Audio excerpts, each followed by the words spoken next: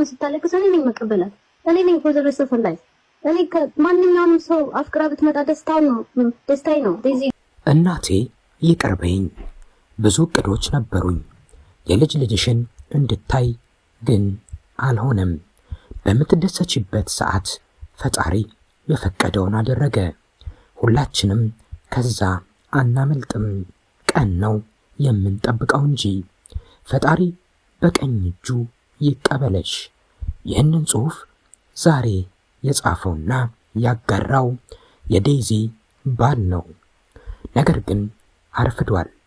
የሚስቱን እናት ይቅርታ ለመጠየቅ ዘግይቷል። ሞት ቀደመና ሁሉም ነገር በነበረ ቀረ። ወይስ አንቺ ባልጌ አንቺ አሮጊት ልጅሽ ነው ስጄ እንዳርጌ ለማራ ወረቡራታለሁ ኦሮሞን ገና እንጠፋለን ምናምን እንደዚህ አይነት ሰው እንዴት ነው ልጅን ኮንፎርት ምላት እንዴት ነካ? በርካቶችን ያስቆጣ ጉዳይ ደግሞ ዴዚና ይህ ባሏ ከእናቷ ጋር የተለያዩበት መንገድ ነው። ልጇ ዴዚ እናቷን ዱቄት እያለች ትሳደብ ነበር። እንዴት የኔ እናት አውራው ትግሬ ወንድ ግን እሷ ባል ነጭ ዱቄት፣ እንዴት ትግሬ ወንድ ታገብኛለሽ ትለኛለች፣ የእሷ ባል ግን ነጭ ነው ዱቄት ናት እያለች በማህበራዊ ሚዲያ እናቷ ላይ ስትሳለቅ ለሰዎችም አሳልፋ ስትሰጥ ነበር። ባልየው ደግሞ እናቷ እናቴን ካላከበረች አላከብራትም፣ እናቷን አክብራት በሉኝ እኔ አላከብርም፣ ተይኝ፣ ልጅሽን መያዝ ከፈለግሽ ልጅሽን መያዝ ትችያለሽ፣ ሳልሰድብሽ ተይኝ፣ ልጅሽ ወደኔ ያልመጣችም አጠገብሽ ነው ያለችው፣ ከፈለግሽ ያዣት እያለ ሲያንቋሽሻት ሲነቃት ነበር። እናቷን አክብር ምናምን የሚባል ነገር የለም። እናቴ እስካልተከበረች ድረስ የማንም እናት ላከብር አልችልም። ይህ ሁሉ እየሆነ የነበረው በርካታ ሺዎች እየተመለከቱ በማህበራዊ ሚዲያዎች ነበር። የተለያዩበት መንገድ እንኳን አክብሮት የተሞላበት አለመሆኑ ብዙዎችን አስቆጥቷል። አሁን ታዲያ እናት ላትመለስ ስትሄድ አማቼ ብሎ ለመጥራት የተጸየፈው ይህ ሰው እናቴ ይቅርበኝ ብሎ በማህበራዊ ገጹ አጋራ። እንደ እናቱ አይቷት ቢያውቅ ልጇን ከወሰደ በኋላ ቢያንስ ለሷ ክብር በኖረው እንድትወደውም ለማድረግ ቢሞክርና እናትና ልጅን ለሰላምታ እንኳን እንዲታረቁ ባደረገ ነበር። እናትና ልጅን አቆራርጦ የወደዳትን ወስዶ ሰላማዊ ኑሮ እየኖረ የሲፈጠር እናቴ ብሎ መምጣቱ ትክክል አይደለም። ያ ሲሆን ግን የእውነት ገብቶትም የሚስቱ እናት ማለት የሱም እናት እንደሆነች ገብቶት አሁን እናቴ ቢል ሁሉም ነገር ረፍዷል። እናት ጨካኝ እንደሆነች አረመኔ እንደሆነች አድርገው ሲያወሩ ከርመው ህዝቡ እሷን እንዲጠላ እሷን እንዲወቅስ አድርገው ቆይተው ነበር። ታዲያ አሁን ጸጸት ለሁሉም የማይሻር የማያልቅ ቶሎ የማይጠፋ ህመም ሆኖባቸዋል። ስለ እናትየው ደግሞ የኢቢኤሱ ጋዜጠኛ ጌታሁን አሰፋ ይህንን መልእክት አጋራ። የጌታውን መልእክት ስለ እናቷ በደንብ የተገለጸበት ነው። ልጄን የማህበራዊ ሚዲያው እንዳይበላብኝ ነው የምታገለው ብላኝ ነበር ይላል ጌታሁን። የተወዳጇን የዴዚን እናት ቲናን የተዋወቅኳት ከ2 ዓመት በፊት ዴዚን ወደ 2030 ፕሮግራም ልንጋብዛት ስናስብ ነበር በማለት ያስታውሳል። ያን ጊዜ ማናጀሯ ነኝ አለችኝ እናቷ። ቲና ልጇ ዴዚን እንደሚፈርስ እንቁላል ነው የምታያት።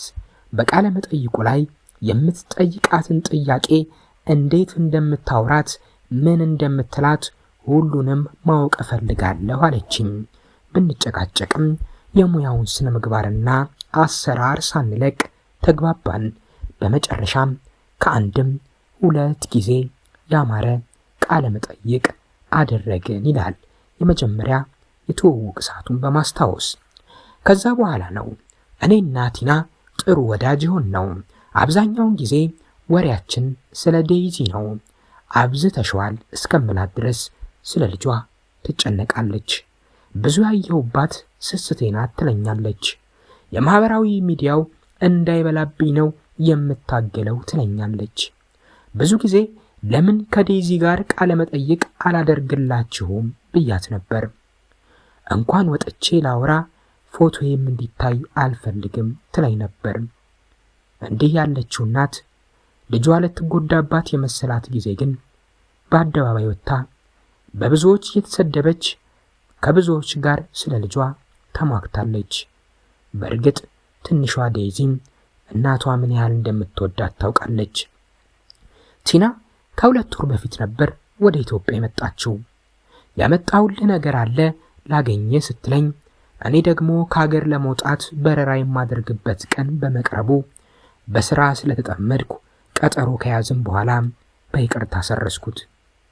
ስትመለስ እንገናኛለን፣ ሬስቶራንት ለመክፈት እያሰብኩ ስለሆነ አብረን እንመርቃለን ብላ ከነትህትናዋ የድምፅ መልእክት ላከችልኝ። ይህን እየጠበቅኩ አሁን ማለፏን ሰማው። እጅግ በጣም አስደንጋጭና አሳዛኝ መርዶ ነው። ቲና በጣም ትሁት፣ ሰው አክባሪ፣ በልጆቿ የማትደራደር እውነተኛ እናት ነበረች። ፈጣሪ ነፍሷን በሰላም ያሳርፍልን። ለልጆቿ ለመላው ቤተሰቦቿና ወዳጆቿ መጽናናትን እመኛለሁ ሲል ስለ ዴዚ እናት ማንነት የኢቢኤሱ ጋዜጠኛ ጌታሁን አሰፋ የማውቀውን በማለት አጋራ።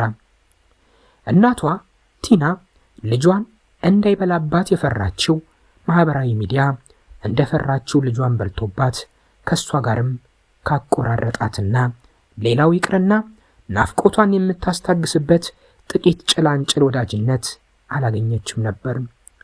ከልጇ ታዲያ ልጄን አፈቀችኝ ብላ ስልክ መደወል ድምጿን መስማትም አትችልም። ልጇ ባሌን መርጫለው፣ አንቺ ባሌን ስላልወደድሽልኝ አንቺ እንዳደርሽብኝ ብላታለች።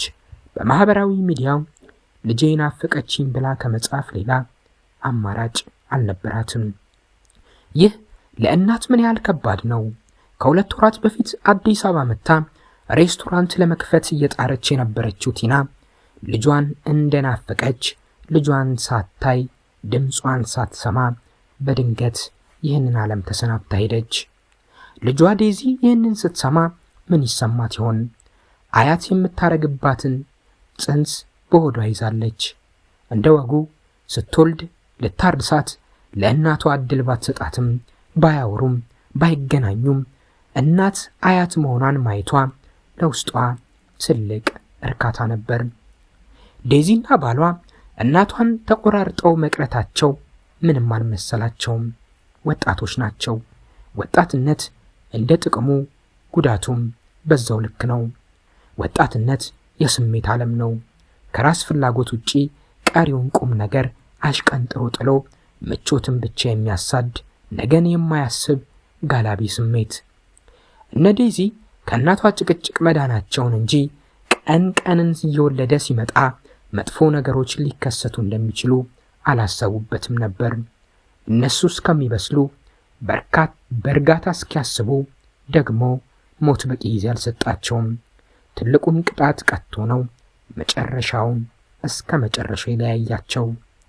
ዓለም እንዲህ ናትና ከወላጆቻችሁ የተቆራረጣችሁ፣ ከእህት ከወንድም ጀርባ የተሰጣጣችሁ፣ ከጓደኞቹ ጋር አይላፈር የተባባላችሁ በዚህ ምድር ምንም አዲስ ነገር የለምና እንደ ቀድሟችሁ አብራችሁ ለመሆን ባትችሉ እንኳን በጸጸት አለንጋ ከመገረፍ እንድድኑ ተታረቁ፣ እርቅ ፍጠሩ፣ እንዴት ነህ እንዴት ነሽ ተባባሉ። ለዴዚ እናት ቲና ፈጣሪ ነፍሷን ባጸደ ገነት እንዲያኖርላት ተመኘን። ለልጇ ዴዚ ፈጣሪ መጽናናትን ይስጥልን።